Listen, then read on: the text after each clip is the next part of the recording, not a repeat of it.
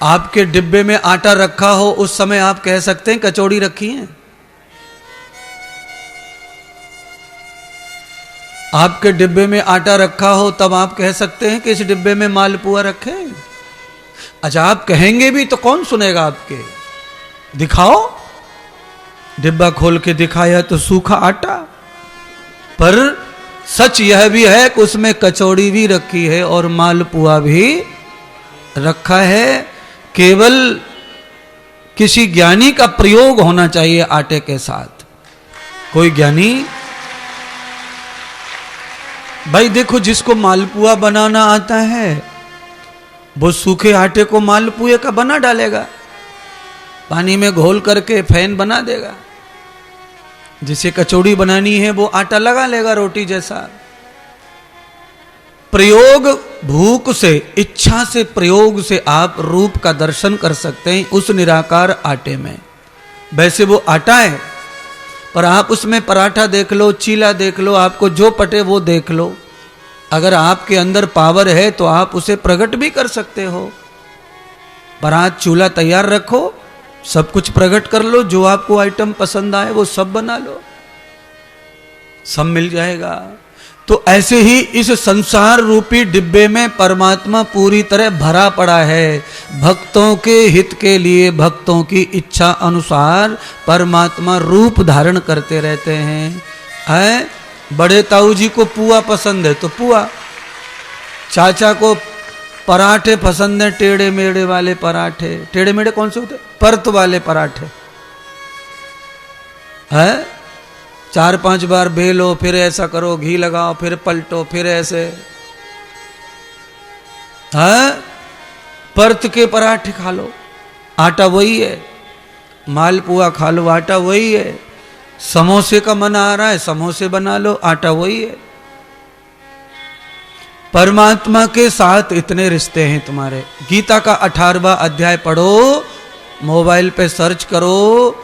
पूरे श्लोक जब समाप्त हो जाए 18वें अध्याय के, तो उसका जो रिजल्ट है, भाव है, वो भाव क्या है? 18वें अध्याय का पूरे का जो भाव है वो एक ही है। बोलिए हिंदी में कि भाव का भूखा हूं मैं और भाव जग में सार है। भाव से भज लो मुझे तो सबका बेड़ा पार है। भगवान स्वयं कह रहे हैं गीता में अर्जुन से कि मैं भावना का भिखारी हूं। सोना चांदी हीरे मोती जवाहरात मुझे नहीं चाहिए किसी का। वो तो आप जिनको अच्छे लगे उनको चढ़ाओ, पर मैं भाव भू में हूं और बिना भाव के मैं प्राप्त नहीं हो सकता हूं।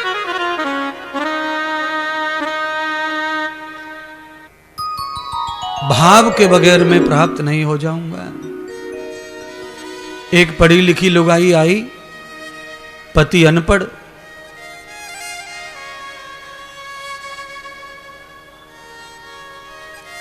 बरसा आने वाली थी, बादल गरज रहे थे, तो पढ़ी लिखी जो मैडम थी उसने कहा कि तुम काम के न कट के ऐसा करो, तुमने एक बाजार चले जाओ। अच्छा, इस दृष्टांत को जरा मैं अपनी भाषा में सुना रहा, ब्रज भाषा में। पति ने कहा चले जाऊंगो। कहा घर में तो तुम कुछ करो ना, कम से कम एक काम तो करके लाओ। अगर बारिश हो गई अचानक तो फिर मैं कैसे स्कूल जाऊंगी, कैसे पढ़ाने जाऊंगी, एक छाता ले आओ। पति सच में भोला ही था, पत्नी बहुत चतुर। पत्नी ने कहा सुनो, बनिया बहुत चालाक रहे में, वो 20 रुपए बोलेगा छाते का, तुम 10 लगाना। बनिया जितना भाव बोले उसका आधा भाव लगाना। तुम भोले बावड़े हो, कुछ समझो हो ना। पति ने कहा हो, तो सच बात वही निकली। जैसे ही छाता मांगा, बनिया ने कहा लाओ 20 रुपए। तो पत्नी की आज्ञाकार पति ने कहा कि 10 रुपए। बनिया ने कहा पहला बोहनी का ग्राहक है, सवेरे सवेरे आयो है, चलो 2 रुपए मजदूरी के कम दे दे मेरे, पहला ग्राहक है, कुछ नहीं लूंगा। 16 रुपए में ठन गई, ले जा 16 रुपए में। पत्नी के गुलाम पति बोले कि 8 रुपए।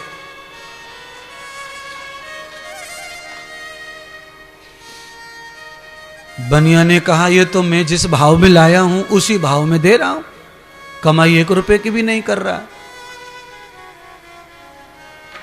तो जिस भाव में लाया हूं उसमें ले जाओ। तो 8 रुपए। बनिया ने कहा ये तो बहुत आधे का घाटा है, पर सवेरे सवेरे का ग्राहक है, क्या पता इसके पैसे में, इसके पैर में इतनी बरकत हो, दिन भर छाता बिके, कहीं और कमा लेंगे, जान दो 2 रुपए घाटा ही सही। बनिया ने कहा चलो जितने में आया है ना उससे भी 2 रुपए कम दे जाओ, 12 रुपए दे जाओ। पत्नी के पतिव्रता पति ने कहा कि 6 रुपया।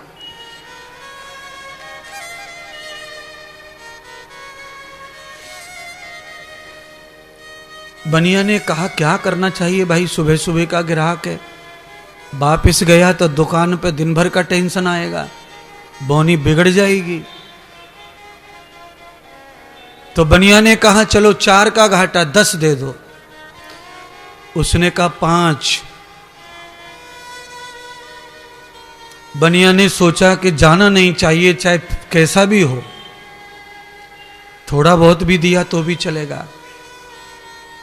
बनिया ने कहा न तुम्हारा न हमारा न किसी का, अब खाली नाम के लिए बोहनी करवा दो, तुम्हारा हमारा सब कैंसल, 8 रुपए में ले जाओ। उसने कहा 4। बनिया हो गया गुस्सा, चिढ़ गया। बनिया ने फेंक के छाता मारा दुकान में और फेंक के मारा और कहा ले फ्री में ले जा। अब इसने कहा फ्री में दे रहे हो तो 2 छाता 2 लूंगा, 1 नहीं लूंगा फ्री में। 2 छाता।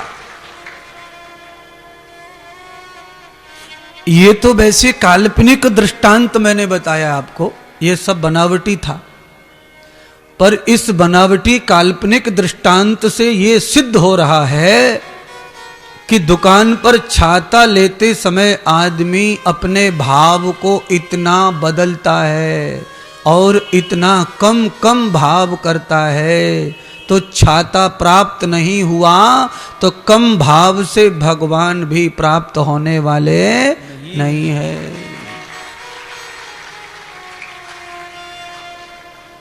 तो फिर भगवान को कैसा माना जाए, वो कैसे होते हैं?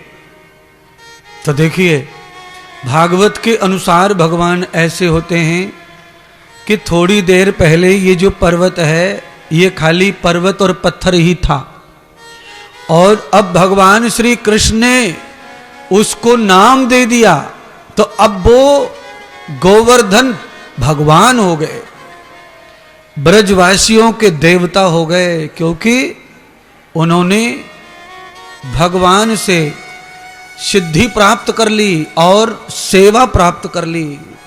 जो भी मानव का शरीर धारण करके भगवान की सेवा को प्राप्त कर लेता है, आगे चल करके वही समाज में भगवान बन जाता है, वही पूजने लगता है। तो क्या चाहिए फिर आपको? आपको चाहिए कि आप भगवान को पूजने के लिए नहीं, भगवान की सेवा में रुचि रखो।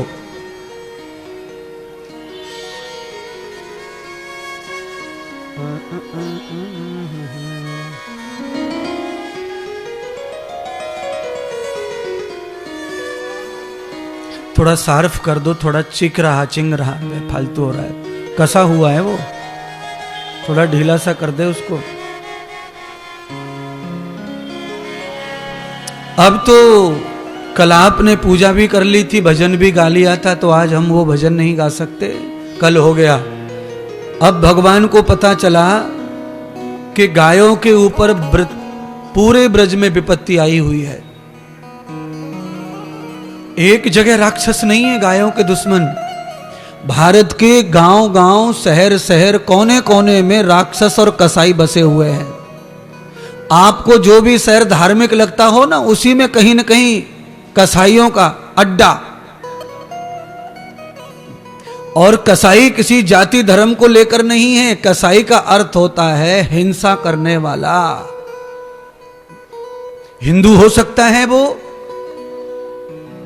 जो अपनी गाय को दूध पी करके रास्ते पे छोड़ देता है, या दुष्ट कसाई को बेच देता है, वो हिंदू भी कसाई है।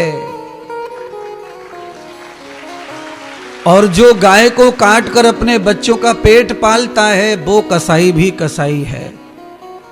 और जो गाय का मीट खाता है, वो कसाई है। जो गाय का दूध पाने के लिए मारा छेड़ी करता है, वो भी कसाई है। तो इसमें कसाई शब्द का अर्थ किसी जाति धर्म में विशेष है ऐसा नहीं है। कसाई शब्द का अर्थ तो कर्म से पड़ा है।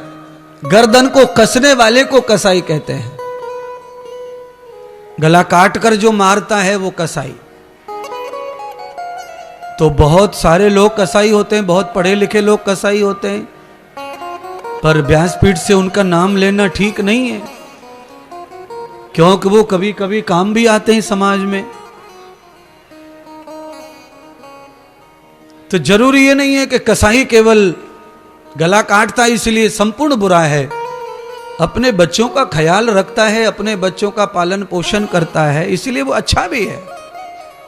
पर वो खराब इसलिए है क्योंकि वो गलत तरीके से बच्चों का पोषण कर रहा है। गाय को मार कर, काट कर, गाय को बेच कर, गाय को खूंटा से खोलकर आधे रास्ते पर छोड़कर अपने आप को जो लोग आजाद और सुखी महसूस करते हैं, वो कसाई हैं। तो हमारे तो हिंदुओं में ही लाखों करोड़ों कसाई हैं, क्योंकि हिंदू गाय को छोड़ता है क्योंकि वो काटा कूटी नहीं कर सकता, तो छोड़ देता है। तो ये भी कसाईपनी है। कभी ऐसी नौबत आ जाए कि गाय छोड़नी पड़े, तो मैं आपसे हाथ जोड़ के रिक्वेस्ट कर रहा हूं, प्रार्थना कर रहा हूं कि किसी भी गौशाला में जाकर गाय छोड़ के आओ, गाड़ी करके ले जाओ। गौशाला में अगर कोई न ले रहा हो तो पैसा दे दो उसको, भाई लो 11,000 लो, 21,000 लो, पर इस गाय की सेवा करो। पर गाय को ऐसे ही कहीं जंगल अधूरे में मत छोड़ दो, क्योंकि जंगल में जो गाय हैं वो अलग होती हैं, उन्हें गांव प्रिय नहीं है। और जिन गैयाओं को गांव की आदत हो जाती है, उनको जंगल प्रिय नहीं होता है। इसीलिए फिर वो रोडों पे भटकती हैं, ट्रक को चल जाता है, फिर रोड पे लाश पड़ी रहती है, उनके चिथड़े उड़े रहते हैं। और हम जितने भी गौ रक्षक हैं, वहां कोई भी जाता नहीं उस रोड पर गाय के उन हड्डियों को समेटने के लिए। यह भी एक कसाईपन है। अगर उसे हिंदू धर्म में मां का दर्जा प्राप्त हो रहा है और हम चाहते हैं कि वो राष्ट्रीय पशु घोषित हो, गौ माता जो है, और उसके आंदोलन भी खूब हो रहे हैं, पर उसको सम्मान हर एक हिंदू को, हर एक भारतीय को करना चाहिए।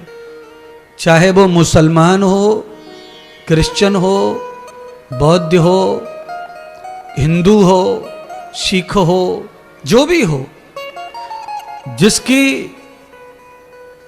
पहचान अच्छाई में है उसको अच्छा ही सम्मान हो, उसकी अच्छी शुश्रूषा सेवा हो। अब तो भगवान को पता चला कि वृंदावन में राक्षस आ गए हैं, दुष्ट जन आ गए, जो वृंदावन की पवित्र धरा को मैला कर रहे हैं। तो भगवान गोवर्धन की लीला समाप्त करके वृंदावन में चले, वृंदावन को पवित्र करने के लिए। चलिए एक भजन के माध्यम से हम और आप भी वृंदावन का दर्शन भागवत में करें।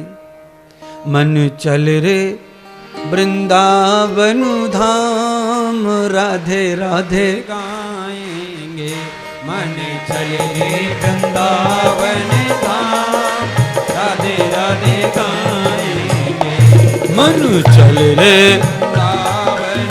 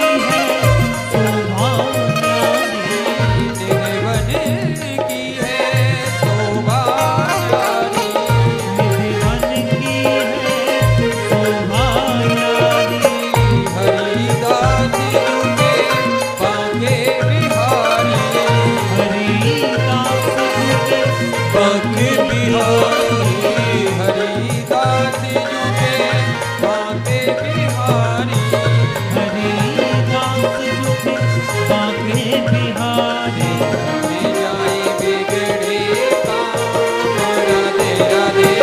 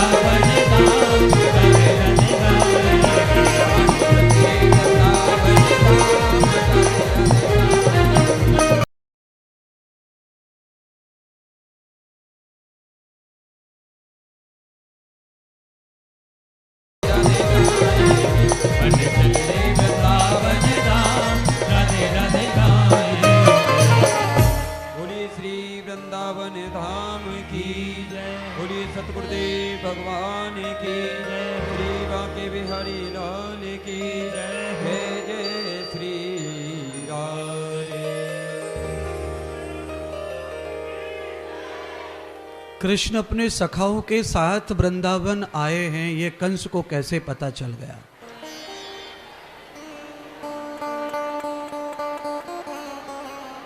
कंस ने पूरे वृंदावन के वन में अपने पहरेदार बिठा दिए, अपने राक्षसों को बिठा दिया, जो मायावी राक्षस थे, रूप बदलना जानते थे उनको।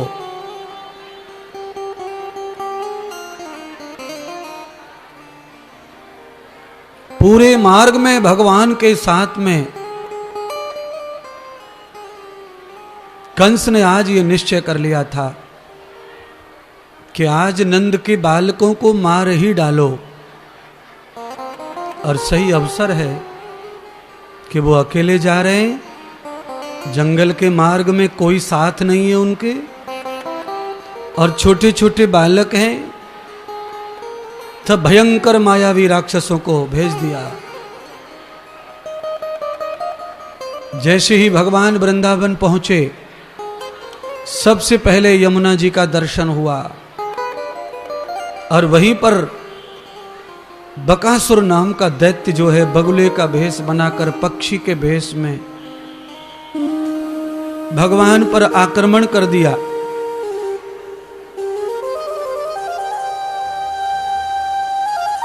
अंतर्यामी भगवान तो जानते थे सब कुछ कि ये बगुला नहीं है, ये पक्षी का भेष बनाकर मुझे खाने के लिए बैठा है। पर उस बगुले को देखकर पूरे वृंदावन के संत महात्मा ये पहचान नहीं पा रहे थे कि वो राक्षस है। सबके मन में उसके प्रति श्रद्धा पैदा हो गई, क्योंकि वो भगवान कृष्ण का कीर्तन कर रहा था, ध्यान कर रहा था। तो जितना कोई अच्छा भक्त ध्यान करता है भगवान का, उतना ही दुश्मन का ध्यान करता है।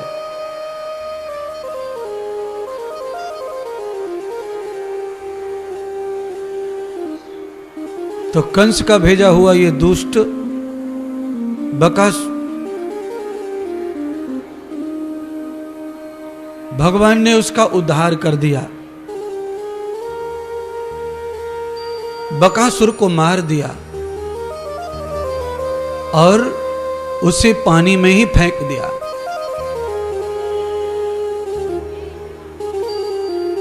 हजारों कथाओं में आपने सुना होगा,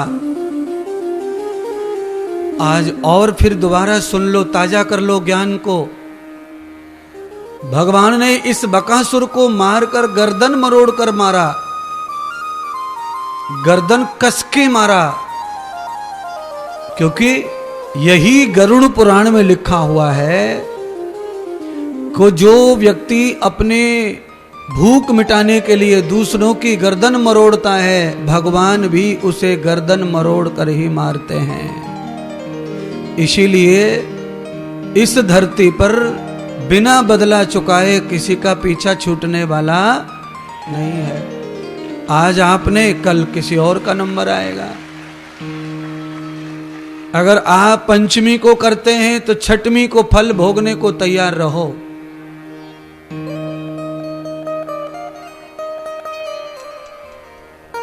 आपको बकरा बनना है, मुर्गा बनना है और कसाई के हाथों ही कटना है। अगर नहीं छोड़ोगे काटना, मारना और खाना, तो आप भी किसी दिन किसी का खाना बन जाओगे। और इस सृष्टि का जो न्याय है वो इसी तरह होता है, इसीलिए सृष्टि चल रही है महाराज। कोई अपराध करे, उसका परिणाम कोई भोगे, तो ये सृष्टि डूब जाएगी पाताल में। इसलिए मेरे परमात्मा का एक नाम है न्यायकारी। वो यहां के यही न्याय करता रहता है और खुद को सेफ रखता है परमात्मा। ना ही तो किसी के अच्छे में पड़ता, न बुरे में पड़ता, और सबके साथ रहता। एक सवाल है यहां, सवाल यह है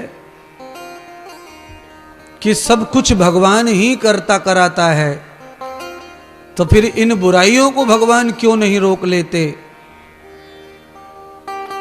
जितने भी पाप हो रहे हैं, इन्हें करने से पहले ही भगवान रोक सकते हैं, चाहे तो उनमें सामर्थ्य है, शक्ति है, बल है। तो सवाल का समाधान करता हूं मैं आपको वेद के अनुसार। भगवान वेद कहते हैं कि परमात्मा सबको रोकते हैं एक बार। किसी काम को करने में अंदर से जो डर पैदा होता है वो डर भगवान का ही दिया हुआ है। उस डर को अगर तुम समझ गए और तुमने काम को ब्रेक दे दिया तो तुमने भगवान की बात मान ली और काम फिट हो गया। और डर डर के भी चालाकी से कोई काम करते हो और अंदर से डरते हो तो समझना ये अपराध हो रहा है, ये पाप ही हो रहा है। जिस काम को कब्र करने में अंदर से आपको उत्साह फील हो रहा है, आनंद फील हो रहा है, वह काम भी परमात्मा ही अंदर से करवाना चाहते हैं तुमसे, इसलिए उसके प्रति उत्साह प्रेरणा दे रहे हैं भगवान।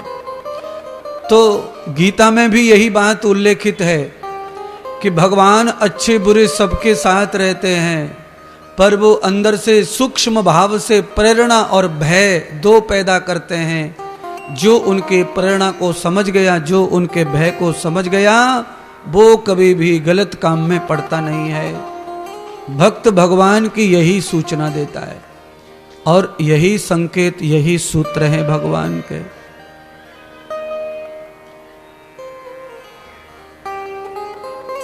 आपके भी हृदय में कभी कभी ये आता होगा डर,